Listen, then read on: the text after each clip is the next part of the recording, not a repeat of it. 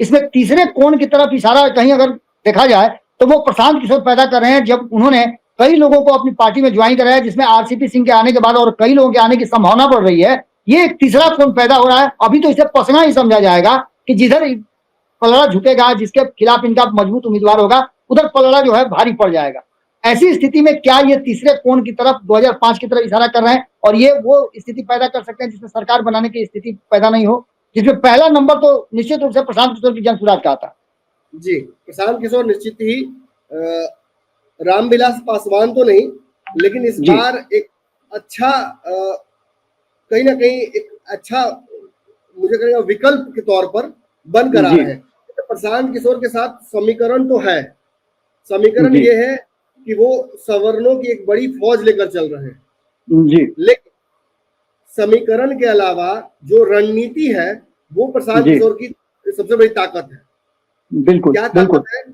Prashant Kishor man to man warfare के लिए जाने जाते हैं। बिल्कुल, बिहार के 243 सीटों पर 243 रणनीतियों के तहत अगर कोई एक पार्टी उतरेगी तो वो प्रशांत किशोर की पार्टी जी। कहीं और वो अपने ओरिजिनल रोल में भी आ गए होगा, कहीं लवकुश होगा, कहीं सवर्ण कोटा होगा, कहीं कोई कोटा होगा, हर जगह वो क्षेत्रीय समीकरणों के हिसाब से रणनीति बनाएंगे। और देखिए एक्सपेक्टेशन भी प्रशांत किशोर से 0 है जी जी। इससे उम्मीद नहीं है, वो चौंका देता है कभी कभी। बिल्कुल बिल्कुल बिल्कुल, इसमें कोई जगह नहीं। लेकर चलेगी तो प्रशांत किशोर को उनकी रैली ने बहुत कुछ सिखा दिया।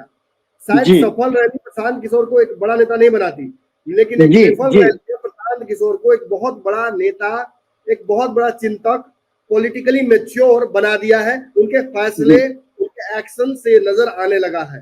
प्रशांत किशोर एक तरफ मुसलमानों को बिहार में अपने 243 के हिस्से में रिजर्व सीटें देंगे, वहीं महिलाओं के लिए सीट रिजर्व करेंगे।